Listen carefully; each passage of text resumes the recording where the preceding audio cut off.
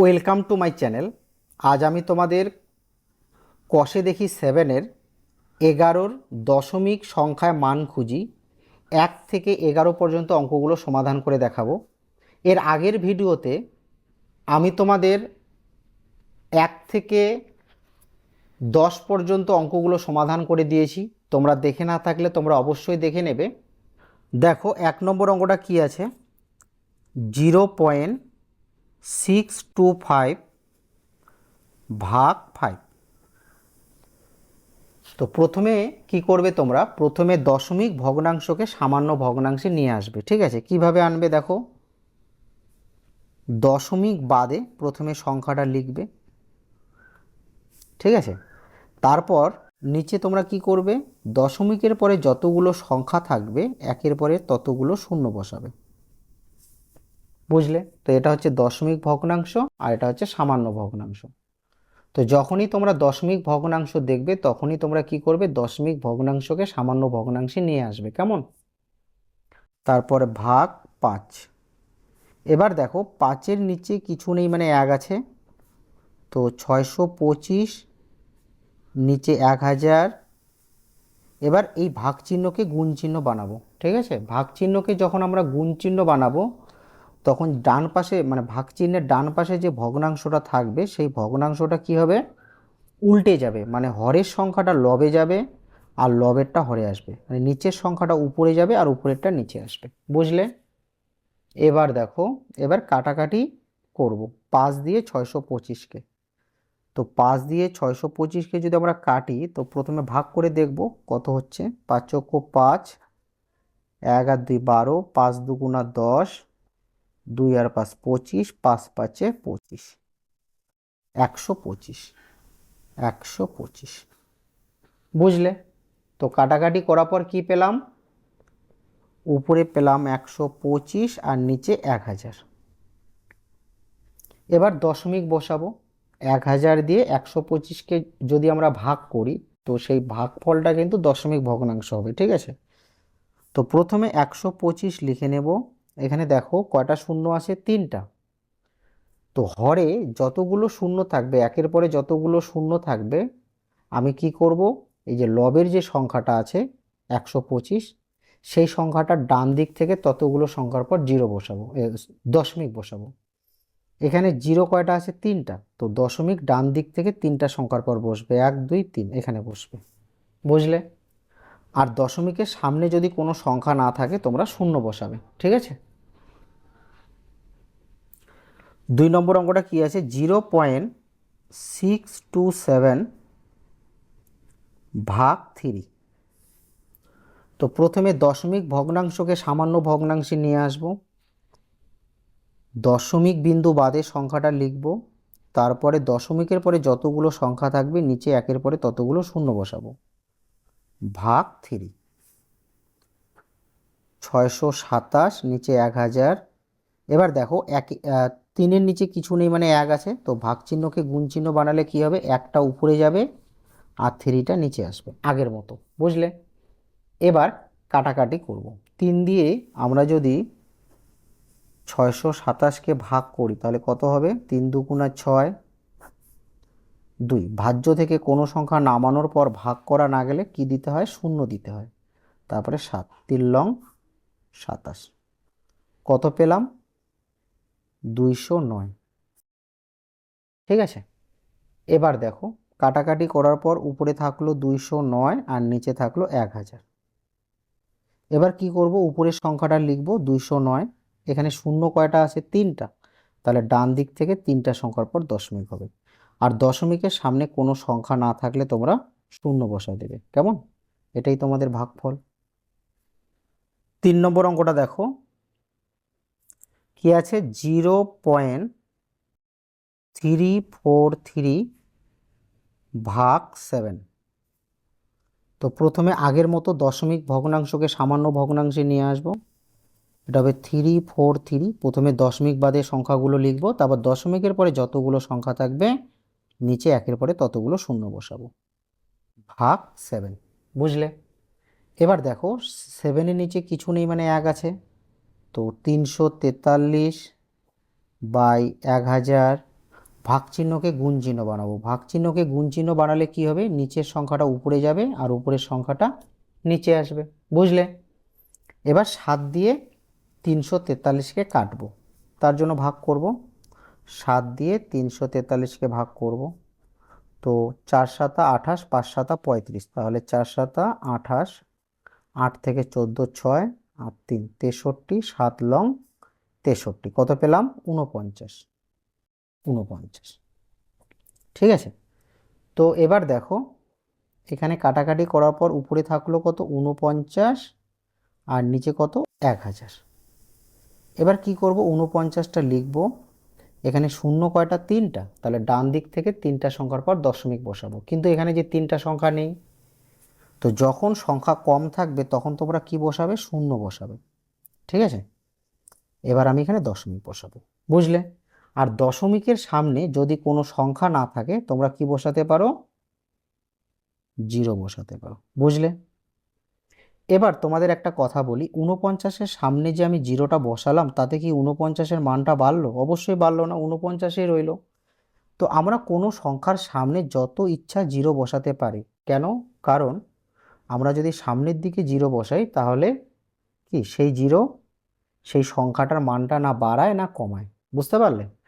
সামনে আমি যত ইচ্ছা 0 বসাতে পারি, কিন্তু এই দিকে বসানো যাবে না, ডান দিকে বসানো যাবে না, বাঁ দিকে বসাতে হবে, বুঝলে?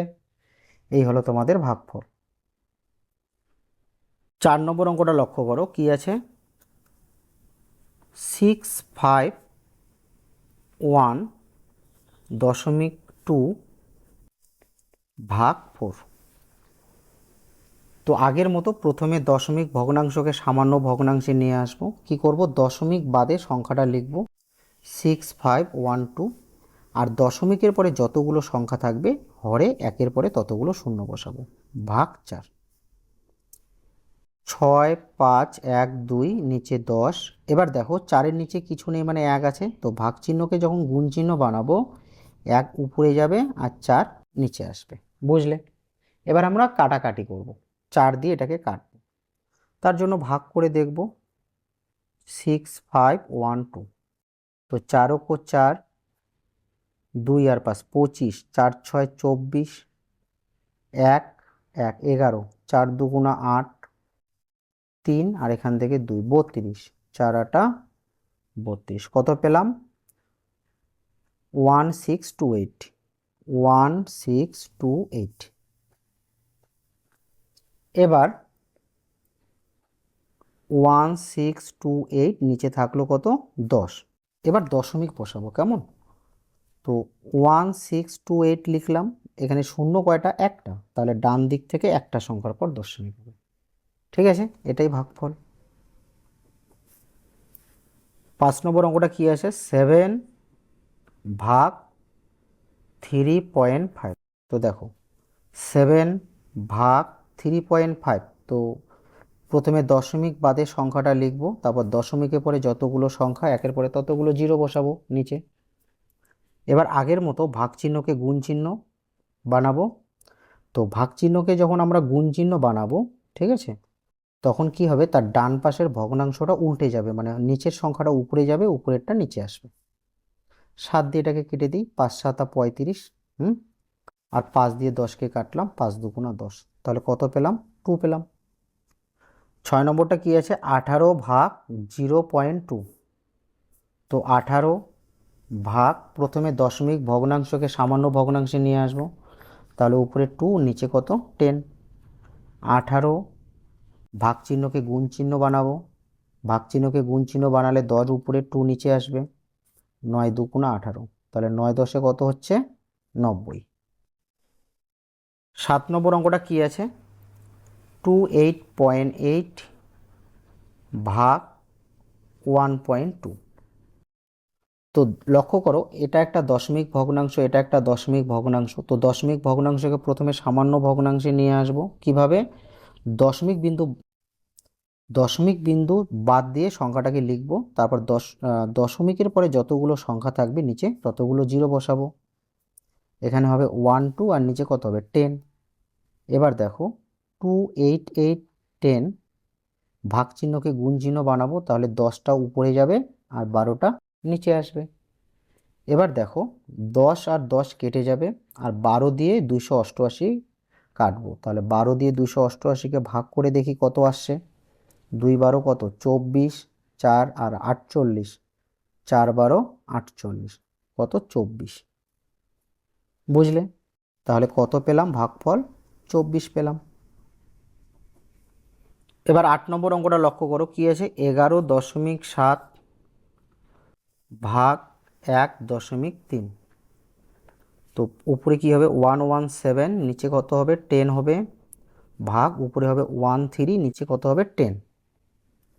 117 নিচে 10, ভাগ চিহ্নকে গুণ চিহ্ন বানাবো, 10 উপরে যাবে, 13 নিচে আসবে। 10 আর 10 কেটে যাবে, 13 আর 117। দেখো 13কে যদি আমরা 9 দিয়ে গুণ করি, 3 লং 27, হাতে 2, 9 কো 9 2 11, 117। বুঝলে? তাহলে কত পেলাম? 9। 9 নম্বর অঙ্কটা কি আছে? 1.35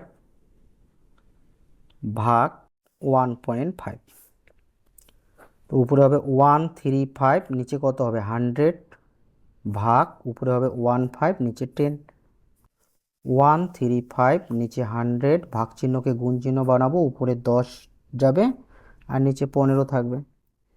এবার দেখো এখানকার একটা শূন্য, এখানকার একটা শূন্য কেটে দিলাম। 5-এর ঘর নামতা দিয়ে, 3 5 15, 5 দিয়ে 135কে ভাগ করলে কত হবে? 5 2 10, 35, 5 7 35, 27 হবে। ঠিক আছে, 27। এবার 3 দিয়ে 27কে কাটি, 3 লং 27। তাহলে কাটাকাটি করার পর উপরে থাকলো 9 আর নিচে থাকলো কত? 10। এবার কি করব দেখো, 9টা লিখবো, এখানে শূন্য কয়টা? একটা, তাহলে ডান দিক থেকে একটা সংখ্যার পর দশমিক বসাবো, আর দশমিকের সামনে যেহেতু কোনো সংখ্যা নেই তাই 0 বসালাম। বুঝলে? এটাই অ্যান্সার। 10 নম্বরটা কি আছে? 0.65 ভাগ 0.5। তো উপরে হবে 65, নিচে কত? নিচে হবে 100, ভাগ উপরে 5, নিচে 10। 65 নিচে হচ্ছে 100, ভাগটাকে গুণ বানাবো, উপরে 10, নিচে 5। 0 0 কাটা, 5 13 65। তাহলে কাটাকাটি করার পর উপরে থাকলো কত? 13 আর নিচে 10। এবার কি করব দেখো, 13টা লিখবো, এখানে শূন্য কয়টা আছে? একটা, তাহলে ডান দিক থেকে একটা সংখ্যার পর দশমিক হবে। বুঝলে? এটাই অ্যান্সার। 11 নম্বর অঙ্কটা লক্ষ্য করো, কি আছে? 0.07 ভাগ 0.5। তো উপরে কত হবে? 7, নিচে কত হবে? 100, কারণ দশমিকের পরে দুটো সংখ্যা আছে, ভাগ উপরে হবে 5, নিচে হবে কত? 10। 7/100, ভাগ চিহ্নকে গুণ চিহ্ন বানাবো, 10টা উপরে যাবে, 5টা নিচে আসবে। এবার দেখো এই শূন্য কেটে দেব, তাহলে উপরে থাকলো কত? উপরে থাকলো 7 আর নিচে 5 10 50। বুঝলে? এবার 50 দিয়ে 7কে ভাগ করব। তো 50 দিয়ে 7কে ভাগ করার জন্য কি করব? দশমিক বসে একটা শূন্য নেব, নয়তো ভাগ তো করা যাবে না। ঠিক আছে, এবার 50 কো 50, 0 2। এবার দশমিকের জন্য আরেকটা শূন্য নেব, 4 50 200। বুঝলে? এবার লক্ষ্য করো কত পেলাম? 0.14। দশমিকের সামনে কোনো সংখ্যা যেহেতু নেই, তাহলে আমি এখানে কি বসাতে পারি? 0 বসাতে পারি। বুঝলে? তাহলে তোমাদের ভাগফল কত আসলো? 0.14। তোমাদের জন্য একটা অঙ্ক থাকলো 0.625 ভাগ 0.5। ঠিক আছে, 0.625কে 0.5 দিয়ে ভাগ করলে ভাগফল কত হবে? তোমরা অবশ্যই কমেন্ট করে জানাবে। ঠিক আছে, অবশ্যই তোমরা কমেন্ট করে জানাবে।